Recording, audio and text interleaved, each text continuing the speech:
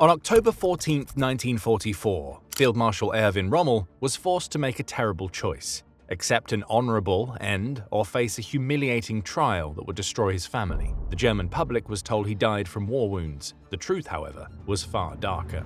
Once hailed as Germany's greatest general, the Desert Fox had grown disillusioned. He had witnessed Hitler's strategic failures and Nazi atrocities firsthand. Now accused of treason for his ties to the July 20th plot, he had one final decision to make. This is the story of how Rommel, Hitler's favorite general, became entangled in the resistance against the very regime he once served.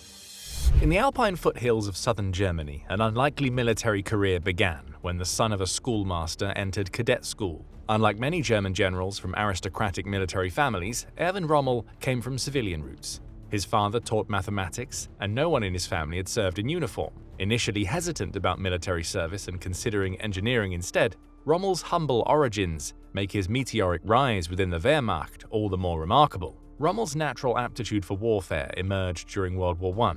As a lieutenant fighting across multiple fronts, his defining moment came at the 1917 Battle of Caporetto. There, navigating treacherous mountain passes under the cover of fog, Rommel and his small unit slipped behind enemy lines, capturing an Italian stronghold and over 9,000 prisoners with minimal casualties. This daring mountain assault earned him Germany's highest military honor, the Pour le Mérite. This was extraordinary for an officer of his junior rank. His success stemmed from the innovative infiltration tactics that prioritized rapid movement and surprise over conventional approaches. Between the wars, Rommel documented his combat experience in Infantry Tactics, a tactical manual that caught Hitler's attention.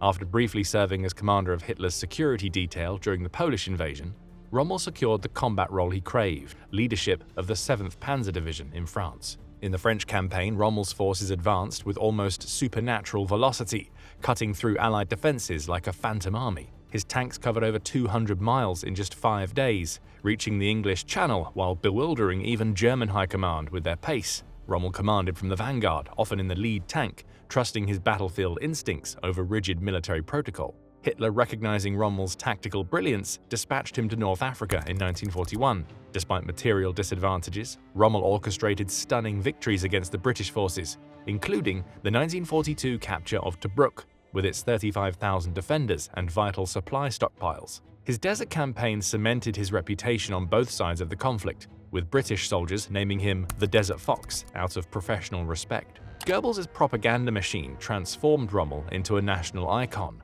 while he maintained a surprisingly ordinary family life, writing daily letters to his wife Lucy. Hitler elevated him to field marshal after Tobruk, bypassing senior officers and granting him unprecedented access. By mid-1942, Rommel embodied German military excellence, a tactical genius delivering victories while maintaining professional warfare standards. Yet as resources dwindled and Allied strength grew, the brilliant commander began questioning Hitler's strategic limitations and the grim realities of an unwinnable war. While Rommel's public image remained that of Hitler's loyal general, a profound transformation was taking place beneath the surface. When Hitler refused to allow a tactical retreat at El Alamein, condemning thousands of German soldiers to death or capture, Rommel faced a commander's most difficult question: at what point does military loyalty become complicity in needless slaughter? The first cracks in Rommel's relationship with Hitler appeared at the Battle of El Alamein in late 1942. Rommel recognized the tactical necessity of withdrawing his forces, facing overwhelming British firepower and numerical superiority.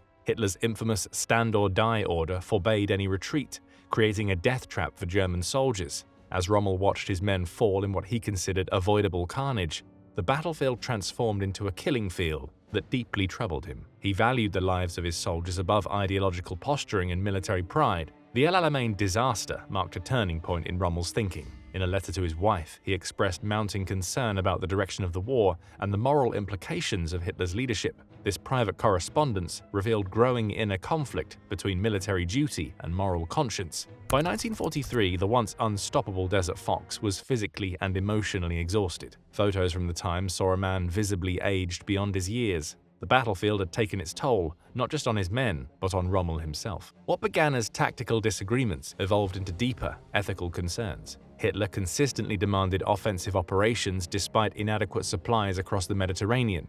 disrupted by Allied naval and air power. For Rommel, whose reputation rested on logistics and practical battlefield conditions, Hitler's detachment from these realities became increasingly alarming. Rommel's military concerns expanded to humanitarian issues during his North African campaign. He became aware of atrocities committed by SS units, which conflicted with his desire to wage what he called a war without hate. Evidence suggests Rommel preferred professional military standards rather than the ideologically driven brutality of the Nazi leadership. In one striking moment, Rommel proposed appointing a Jewish person to a regional leadership position to prove to the world that Germany was innocent of accusations regarding the mistreatment of Jews. Hitler's cold reply, "Dear Rommel, you understand nothing about my thinking at all."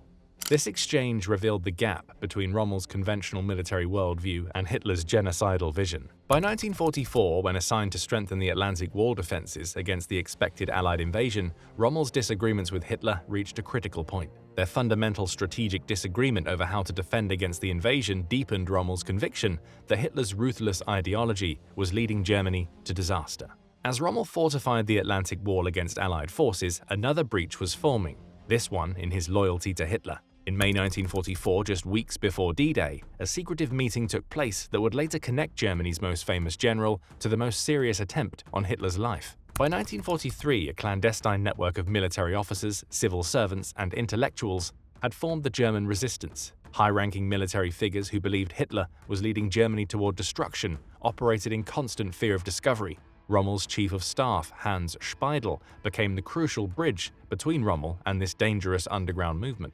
With calculated precision, Speidel introduced Rommel to General Karl Heinrich von Stulpnagel, the military governor of occupied France and a central figure in the conspiracy against Hitler. The true extent of Rommel's involvement remained unclear until 2018, when historian Christian Schweitzer uncovered Rudolf Hartmann's eyewitness account, a discovery that fundamentally altered our understanding of the Desert Fox's role. Hartmann documented a pivotal conversation between Rommel and Stulpnagel in May 1944, suggesting Rommel's direct participation in discussions to oppose Hitler's regime. Hartmann's account included photographs showing a tense mid-May 1944 meeting at Colonel Karl Richard Kosman's home. Around a table shrouded in secrecy, Rommel sat with inner circle resistance members, their hushed conversations potentially treasonous. These images provided concrete evidence of Rommel's engagement with known conspirators mere weeks before the assassination attempt. While engaging with the resistance, Rommel's vision differed significantly from other conspirators. Many plotters saw assassination as the only viable path forward,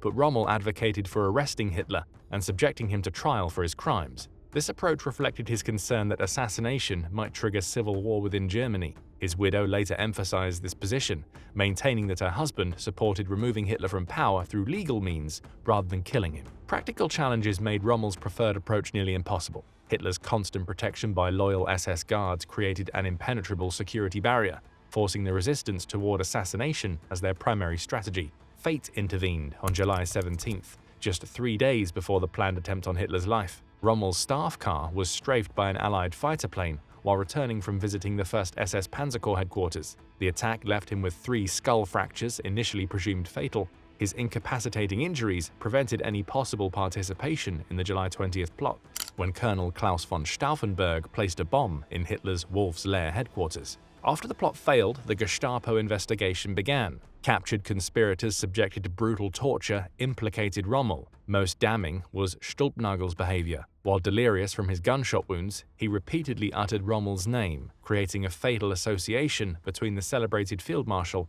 and the assassination attempt. Stulpnagel's tortured confession placed Hitler in an unprecedented dilemma. The Desert Fox, Germany's most celebrated military hero, stood implicated in treason, yet executing such a popular figure risked revealing dangerous cracks in the regime's foundation. What followed was a carefully orchestrated final act that would preserve appearances while eliminating a threat from within. As the Gestapo investigation deepened, Hitler needed to handle Rommel's case with unusual delicacy. The field marshal's popularity extended beyond Germany's borders. He was respected even by Allied commanders.